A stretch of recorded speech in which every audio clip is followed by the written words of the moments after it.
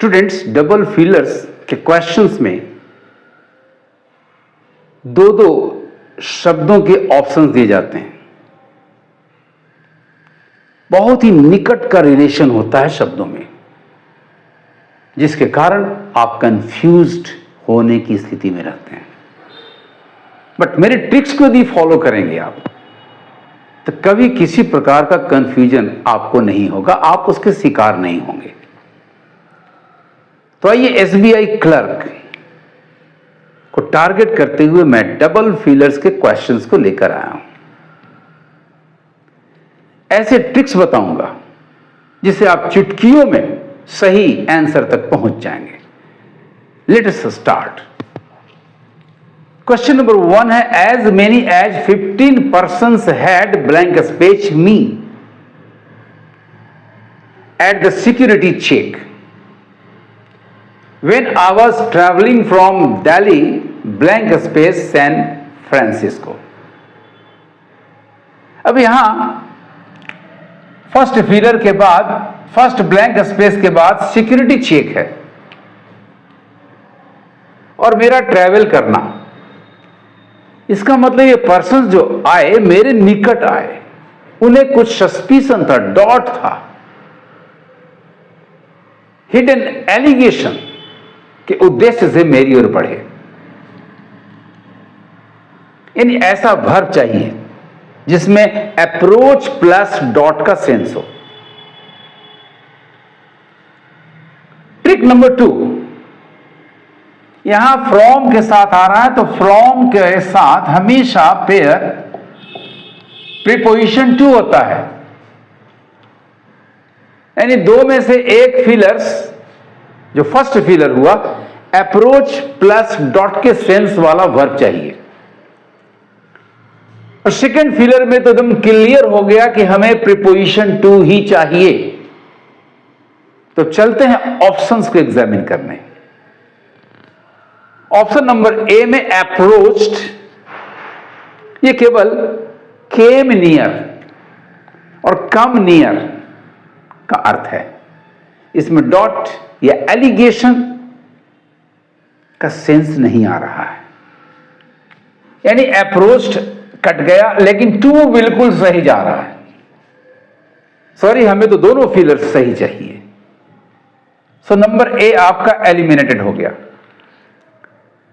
Option number B में जो first word है एप्रीहेंडेड, इसके 3 अर्थ होते हैं। First, to meaning still prevalent. तो पहला अर्थ है अरेस्टेड, ऐसा सेंस है नहीं।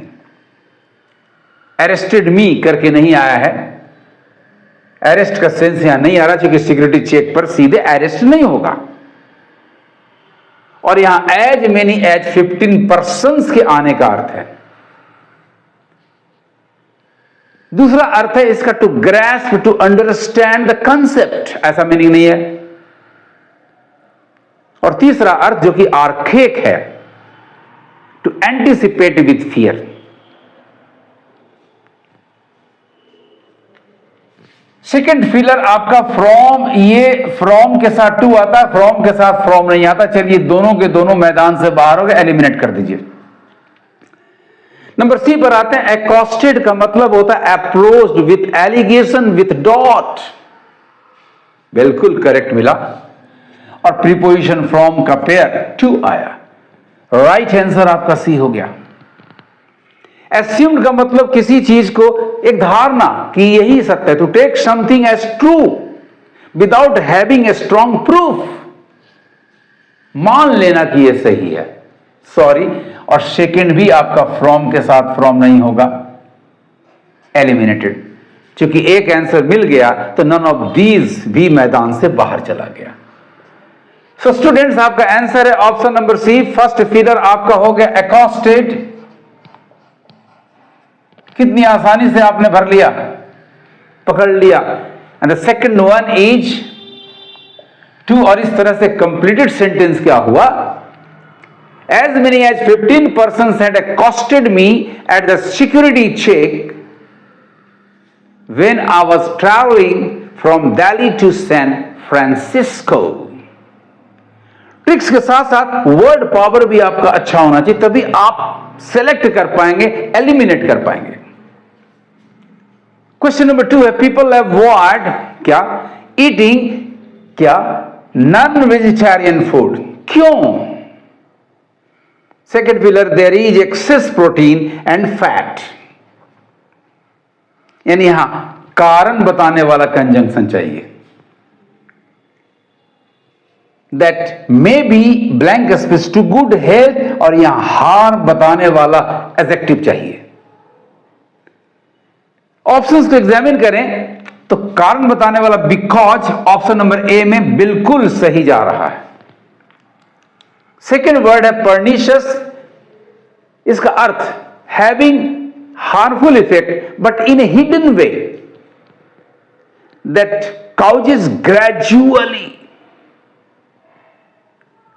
बहुत ही धीरे धीरे धीरे, छुपा रुस्तम की तरह। सॉरी, ऐसा सेंस यहां पर नहीं है। So pernicious is not appropriate, hence number A is easily eliminated. Number B में एज का मतलब भी क्योंकि होता है, कारण बताता है।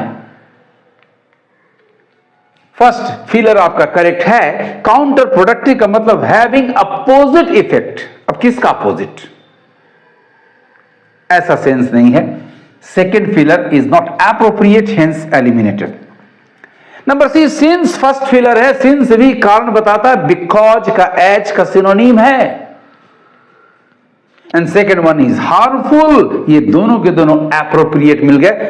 Right answer is thus option number C. Notwithstanding, however, still इसका अर्थ होता है फिर भी, तथापि, ये कंट्रास्ट व्यक्त करता है, जबकि यहां कारण दिया जा रहा है।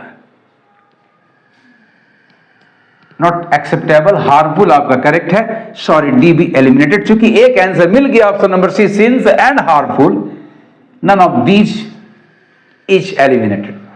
स्टूडेंट्स, फर्स्ट फिलर आपका हुआ कारण बताने वाला conjunction since, and second one harmful, injurious, harmful to good health. Completed sentence क्या हुआ, पढ़ लें। People avoid eating non vegetarian food since there is excess protein and fat that may be harmful to good health. Now is the turn of question number 3. बहुत ध्यान से पढ़ेंगे एक एक वर्ड को, फिलर के आजू बाजू के शब्दों के आधार पर पजल आउट करेंगे रिक्वायर्ड मीनिंग को। Indian economy has seen many, but many इसका मतलब गिरावट की बात आ रही है। बट दिस विल श्योरली, ये this one will surely point कर रहा है जो अभी प्रेजेंट में है। Sound the depth blank space for us. अब ऑप्शंस में जाने के पहले सोच लें, यहां गिरावट दिखाने वाला शब्द चाहिए, डिक्लाइन दिखाने वाला शब्द चाहिए, और यहां डेथ मौत, तो यहां घंटी के अर्थ वाला शब्द चाहिए, मौत की घंटी दिखाता हूं। अब चलते हैं ऑप्शंस को एग्जामिन करने। डाउन स्विंग्स का मतलब होता है, नंबर ए में जो फर्स्ट वर्ड दिया गया, डाउन स्विंग का मतलब डिक्रीजेज, घटना, कमना, reductions. Sorry, not required. Bed का मतलब मृत्युशया, डेथ बेड, भाई डेथ बेड नहीं, मौत की घंटी है, क्योंकि यहां साउंड भरवा रहा है। Sorry, number A is not acceptable, eliminated. Number B, down turns decline, and second one knell the sound of a bell, घंटी की आवाज, और मौत की घंटी का अर्थ है भी। So both the words are correct, hence the right answer is option number B. Select कर लें। Number C, fluctuations, inconstancies, कभी घटना कभी बढ़ना, कभी घटना कभी बढ़ना। अलार्म, खतरे की घंटी। अलार्म आप सुबह उठने के लिए भी लगाते हैं, एक डर भी इसका अर्थ होता है, ऐसा कोई सेंस नहीं है। So both these words are not appropriate here, hence number C eliminated. Aberration means deviations from the normal path.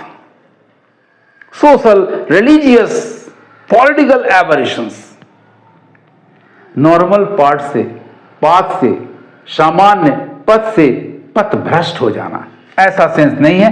Siren का मतलब होता लाउड एकॉस्टिक वार्निंग डिवाइस या उससे निकलने वाली आवाज। सायरन बजती है तो ब्लैकआउट होता है। रेलवे में कोई वायर वगैरह कटता है तो सायरन बजते हैं। पुलिस भी सायरन बजा कर आती है, फिल्मों में देखते होंगे। Sorry, it is also not appropriate, hence eliminated. चूंकि एक आंसर मिल गया, option number B, number E भी, none of these eliminated. So students, first filler आपका हुआ डाउन टर्न्स,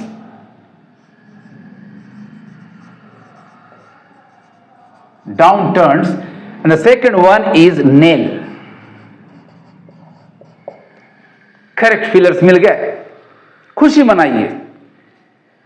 कंप्लीटेड सेंटेंस हुआ Indian economy has seen many downturns, declines, but this will surely sound the death knell for us. कैसे लगे आपको मेरे tricks and methods? Comment करें और इस वीडियो को हाइप, लाइक और शेयर करना कतई नहीं भूलें। Thank you for watching my video.